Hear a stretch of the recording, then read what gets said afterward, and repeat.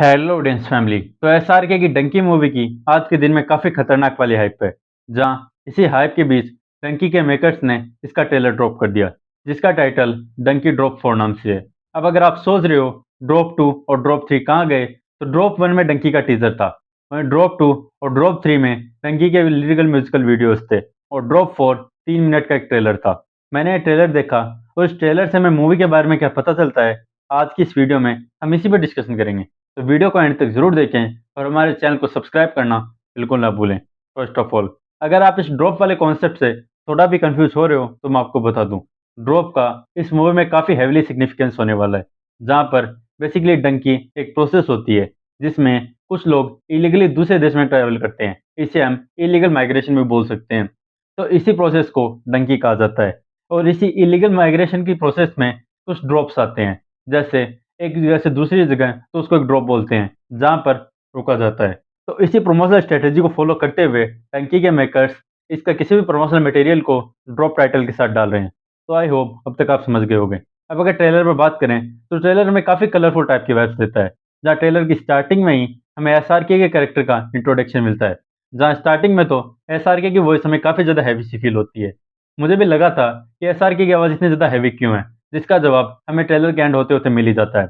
इसके बाद हमें डंकी के ट्रेलर में इसके कैरेक्टर्स का और भी ज़्यादा डिटेल में डिस्क्रिप्शन मिलता है।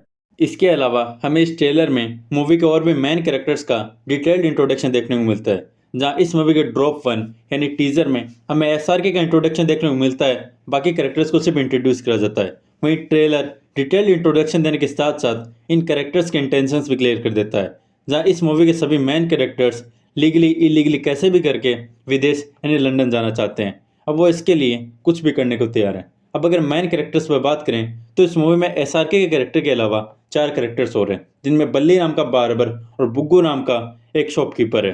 अब इन कैरेक्टर्स को मोस्ट प्रोबेबली मूवी में कॉमेडी के सेंस के लिए यूज़ किया जाएगा, और जिनकी कॉमेडी से भाई मैं उतना ज़्यादा कन्विंस नहीं हुआ। जहाँ राजकुमार हिरानी की मूवीज़ का मेन आईपी उनकी कॉमेडी भी होती है, लेकिन इस मूवी की कॉमेडी मेरे लिए थोड़ी हिट एंड मिस टाइप की रही। अब अगले कैरेक्टर की बात करें, तो वो सुखी का कैरेक्टर होता है, जिसका रोल इस मूवी में विक्की कौशल ने प्ले किया है। और भाई इस कैरेक्टर का फ्यूचर आगे मुझे मूवी में उतना ज़्यादा सेफ जाता हुआ नहीं दिख रहा।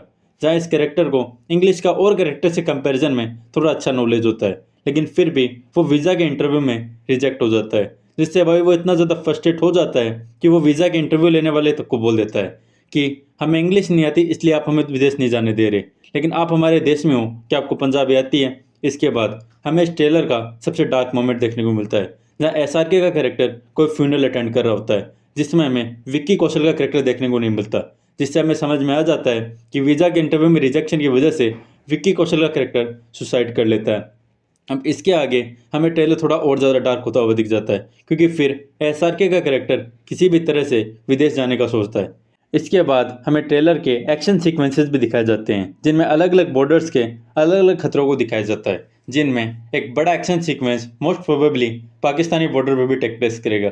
अब मैं इसे पाकिस्तानी बॉर्डर इसलिए बोल रहा हूँ क्योंकि वहाँ के सोल्जर्स की यूनिफॉर्म काफ़ी हद तक पाकिस्तानी सोल्जर से रिसेंबल करती है, और वो ड्रॉप 1 का स्नाइपर वाला सीन भी इसी बॉर्डर का होगा, जिसके कुछ शॉट्स हमें इस ट्रेलर में भी दिखाया जाता है। इसके बाद हमें उस सवाल का भी जवाब मिल जाता है कि पूरे ट्रेलर में एसआरके की आवाज़ इतनी ज़्यादा हैवी क्यों लग रही होती है, जिसका वर्जन ये है कि ये पूरा ट्रेलर एसआरके का ओल्डर वर्जन नरेट कर रहा होता है, जिसमें हमें आगे दिखाया जाता है कि ये स्टोरी 25 साल आगे का एसआरके नरेट कर रहा है, और ये 25 साल पहले की कहानी है। अब अगर ओवरऑल बात करें, तो ट्रेलर मुझे काफ़ी ज़्यादा अच्छा लगा, लेकिन वहीं राजू हिरानी के स्टैंडर्ड के अकॉर्डिंग देखें तो ये ट्रेलर मुझे उतना ज़्यादा माइंड ब्लोइंग तो नहीं लगा, लेकिन मैं भी मूवी उससे भी ज़्यादा बेहतरीन हूँ। बाकी अगर आपने ट्रेलर देख लिया तो आपको कैसा लगा कमेंट सेक्शन में बताएं। अगर वीडियो पसंद आई हो तो वीडियो को लाइक और शेयर करें, और ऐसी वीडियोज़ के लिए सब्सक्राइब और डिस्ट्रीब्यूट चैनल।